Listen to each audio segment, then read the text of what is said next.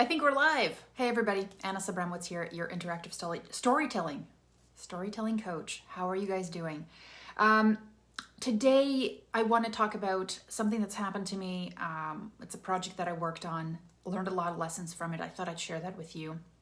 And also a couple of things that are coming from my conversations with people every day about how they approach e-learning projects and how they approach crafting scenarios and crafting things that engage adults. And one of the huge mistakes that I see people do is overlearn the content before they begin the project so that they can ask better questions of the subject matter expert. And this is absolutely wrong, and I'll tell you why. All right, so if that sounds interesting and provocative, then you better stick around. Let me just open this up to make sure that I am seeing your smiling faces. All right. Cool. All right. And if you're visiting, you better say hi. There's a couple of people that promised me they'd say hi in the chat, so you better do it. All right. So, and it's funny because I fall into this trap as well, and I've been doing this for years, right? And so I was crafting an interactive story for somebody, and they really wanted it around leadership decisions. And I thought, okay. And they were like, we're going to come up with this content from scratch. And so what I really wanted to do is show them what was possible, and also, show some credible decisions that would have some meaningful consequences and what that would look like. Because this organization was one of those organizations that was afraid to show consequences or the bad path because they believed that if somebody took the bad path and saw the consequences, that's what they would remember, which is, I don't know where this belief comes from, but the thing is if you burn yourself on an iron once and you experience the burn, you're not going to get that burn again because you learn from the consequence. So maybe the hesitation from some of these organizations is that they don't realize that consequences are a teaching moment, and they probably think somebody's going to be like wrong and maybe move on without really thinking about that. But let me tell you, if a scenario is properly structured, you choose the wrong path, you're going to know exactly what you did wrong because of what's happening. You're probably going to get some reflective feedback as well. So it's not going to be like you're going to keep on making that mistake because that's the path you took. I just wanted to dispel that myth because it seems to be out there and it's pissing me off because it's not true. All right. Now, anybody wants to argue that in the comments, go for it. It's a losing game, though. I think consequences teach people how to do stuff, and that's how we learn in the real world. So if you can simulate that, you're a winner. You're a winner, all right? Are you with me? Are you with me? All right. So what do I do? So I'm trying to impress them. I'm trying to impress them a little with this e-learning project, and I'm like, we're going to craft the best interactive story. What do? It's on leadership, right? I don't know. I don't live in their world. They're not even in North America, right? Totally different culture, they eat different food. And I'm like, I can do this. What I do, I get a bunch of leadership books, and I'm like, oh man, look at these scenarios. I could totally do this. I come up with 6 scenarios for them. And I'm like, check this out. This is going to be awesome. And do you know how many they kept? They kept 0 of them. And the reason they did is because none of those things came out of a practitioner's head. Hey, we got Joan here. Hi, Joan.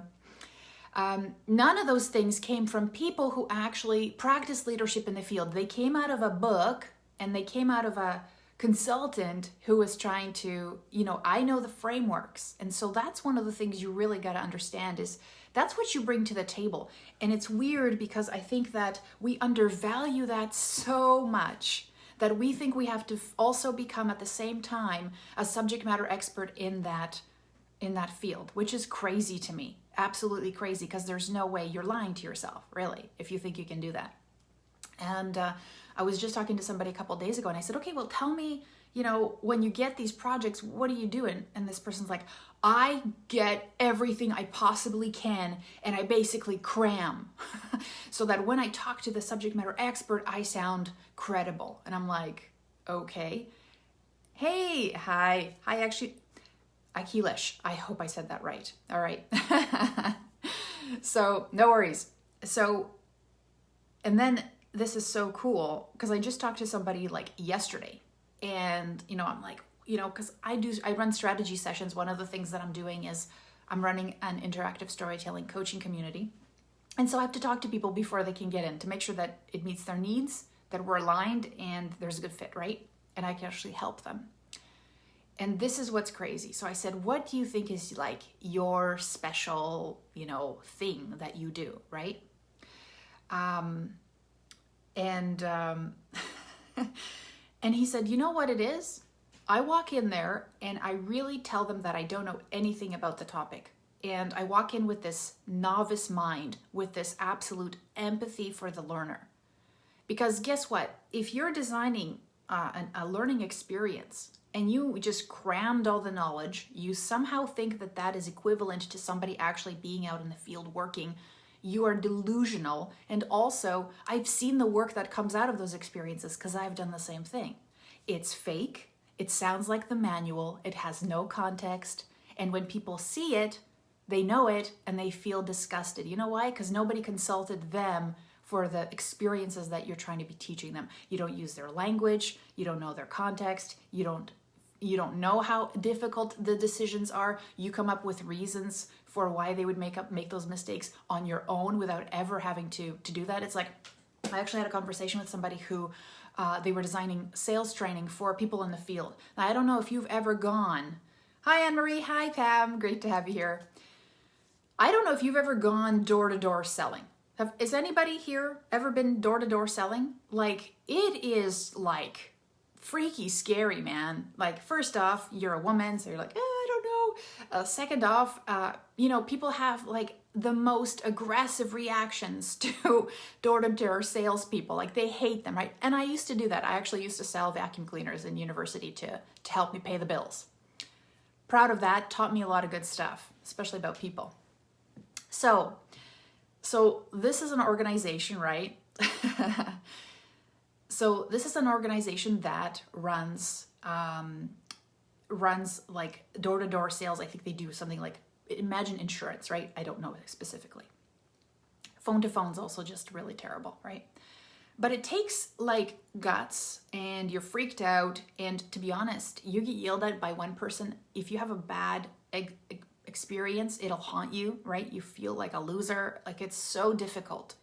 People are so cruel. Like, even though you're just another human being, people are so cruel. And also there's ways to actually, there's some people who are more successful because they pick up on cues better and things like that. So if you've never done that, right, you shouldn't be designing learning for people on how to do sales and pretend that you reading the manual on how to do those sales is going to be adequate for that person to overcome an objection, a rejection, a super pissed off person, a person who is leading them on, because people do that. They want free stuff. They'll lead you on, right? So I talked to this person and I said, okay, so you're designing learning for like a workforce of 3,000 people out there who are going door to door knocking, right? Hitting the streets. And I said, okay, awesome. So do you source practitioners? Do you talk to the sales reps? Who are your top sales reps? Do you ask them, what do they struggle with? Or ones that were new and just moved up their ranks and now they're kicking butt and taking names, figuring out what they're doing well, because you want to pull that stuff, right? Pull those situations out of their hero's journey and get that into your training, get that into your interactive story, right? That makes total sense to me. This is the answer I got. Nah. After being here for 4 years doing this training, crafting this training, I feel I've got a pretty good handle on what they do in the field. Great. Okay. Okay. Good luck with that. Sorry. They're going to see everything and probably ignore it. Those front-end people. They are. Because they know that, like, listen, I can talk about sales all I want, but when I go into another place and they're like, Anna, I want an interactive story, or I want this to really resonate with the people who are running these stores, let's say. I'm never going to say, oh, I've done sales back in university. I'll just read all your stuff and I'll put together something meaningful. No, really. Now, and I told you that story about me crafting all this leadership stuff and putting together these scenarios, and they were all thrown out. Yes, it hurt my ego, but that's the problem. I had ego invested in there and I went like way too deep before getting feedback. That's my fault 100%. And now I realize that I really have to go in there and expect everything that I'm pitching to be thrown away, because all it is meant to do, you got to move quickly. All it is meant to do is to inspire them to look at that experience a different way, because a lot of the people that we work with, they have no clue what an interactive story is. They have no clue what an interactive experience is. They've seen click and reveal and they think that's engagement, right? So you're showing them something that's different. But the idea is that it's just for them to be able to bounce ideas off of. You're not presenting a blank slate. You're saying, this is what we're going for. Now, I don't care if you throw all of it away. It's totally cool. My goal is to get your context in here, your stories, your people's language, your people's stories, your people's experiences, dilemmas, challenges, all that stuff. I want it in here. Let's work on that. And I never want to feel like I know the answers, because that means I'm I'm no longer asking questions on behalf of the learner. I think I know it all. And that's really, there's some ego, right? So I think to me, that's crazy. Now, but there is one place where I actually think you should be your own subject matter expert. And here's when. I know you guys are going to be like, okay, Hannah, you just told me not to pretend that I know anything. Like, keep the novice mind, proof of concept, yes. And okay, so this is what's important. Oh, Tyler's here, Ted's here. It's awesome. Thanks to have you guys here. And Daniel, hey. So think about this. When you're crafting a piece for your portfolio, I see a lot of things in people's portfolios that suck. They're utter crap. They really are. Like, if I looked at it, I'd be like, no, I don't want to work with you. Like, this is a screenshot. I don't even know the context. It sucks, right? And so a lot of people struggle with this. There's people in our community, interactive storytellers, who are crafting their own pieces. And some of them say, Anna, I don't have a real problem, or I don't have a real client right now. I want to get into this. How do I do it? And I'm like, listen, this is the time when you can be absolutely autonomous and creative. Your portfolio piece should solve a problem. Now, a lot of us, especially if we're working on our portfolio pieces like on our own time, you gotta love the topic, right? And it's probably not gonna be corporate compliance. I mean, there are people who are nerdy about that, and I get it. There's actually people who are excited about everything in the world, which is cool. I mean, I'm excited about like slugs, I think their patterns are cool. There's people who are excited about every single topic, but think about this.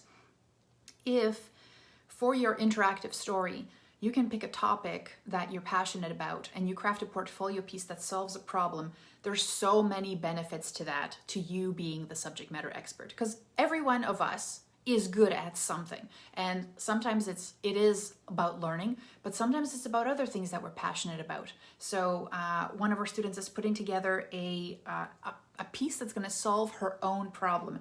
She's a creative person. And right now what she's doing is she's struggling with the work that she's being offered at work, right? Basically, it's like, how do I get more creative stuff? I love the job, I love the people, but it's not pushing me, it's not challenging me. And also, I'm distracted by all these demands on me, social media. I'm not carving out my time enough, and I'm not spending the time that I have for myself in a way that moves me forward personally, right? So she's crafting a whole interactive story that's going to address her own challenge. Is it going to help her? Yeah. Is it going to help other people? Hell yeah. This is what she does, though, have absolute creative autonomy. And that's when I designed my own interactive piece, I was like, let's do something that gets us excited as adults, gets us excited about sharing it, makes me proud to share it. 10 years later, guys, I'm still going through it and I still laugh because I think it's funny, hilarious, and hopefully gets people to think about their work relationships a little bit differently, right? Awesome.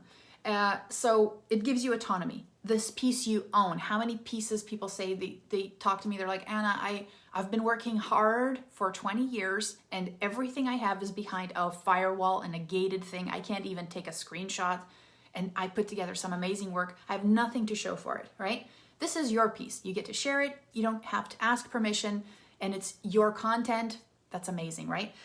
The other thing that it also helps you do is just like when you have those creative projects and you have that autonomy, you have like, you'll show up, on the weekend, it'll be your project to work on. You'll be more passionate about it. You'll want to invest that time because it's your baby, and also you're solving a problem for others in the real world. So if that really drives you, like I just talked to somebody the other day, their focus is they wanted to do an interactive story about feral cats, capturing and releasing them and spaying and neutering them, because people don't know the benefits of that in, or how it affects communities and things like that. And I was like, that's amazing, right?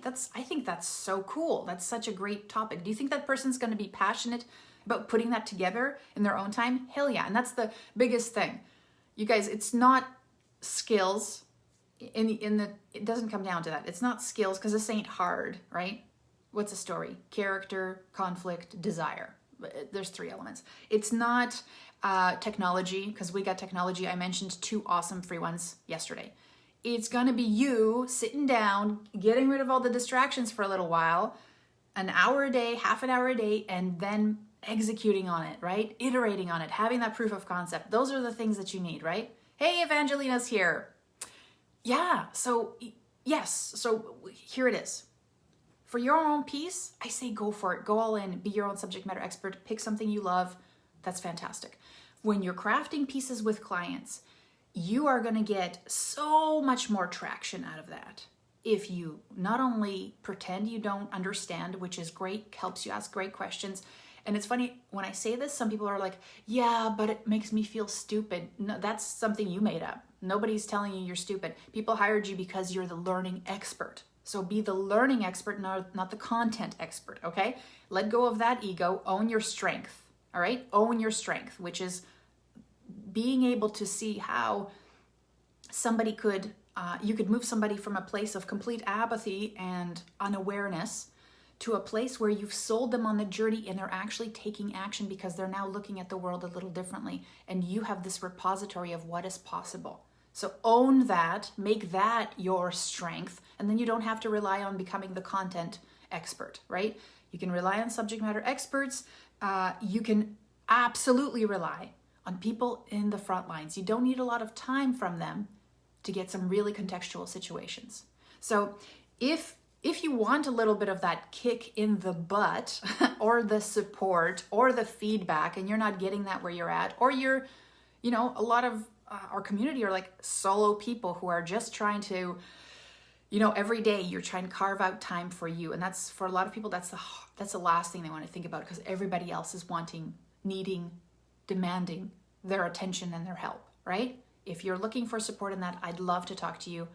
Because my goal is to make interactive storytelling as commonplace as Pixar movies. I don't want to see, in the past decade, we've seen how many things really launched? Maybe 5, maybe, right? That are actually truly just like public, inspirational, move people, emotionally touch you. That sucks. The past decade has been way too stagnant. So I'm trying to get this out to, as many people as possible. If you enjoyed this, I hope you share it with somebody who needs this today.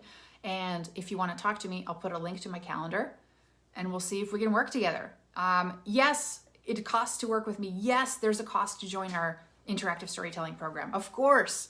That's because Brian and I jump on calls and coach you and support you and get feedback and all the support that you need to launch your story. But if you're ready for that, and it's not for noobs, like this isn't for people who are like, I don't know what I'm going to do with my career. I'm just figuring things out. This is a place where we're like, we're Navy SEALs execution. Let's get in here. Boom. Let's execute, launch, iterate, get it out there, get it out to the world. No ego. When's the next project coming? That's the goal, right? So I hope you enjoyed this. So cool for you guys to have, join me on this. I know you could be doing a billion other things, right? But you decided to jump on and share your fabulous comments and feedback. So, hey, Jennifer's here. So thanks so much for being here, you guys, and I will talk to you probably tomorrow. All right. Have a wonderful rest of the day. Take care. Bye.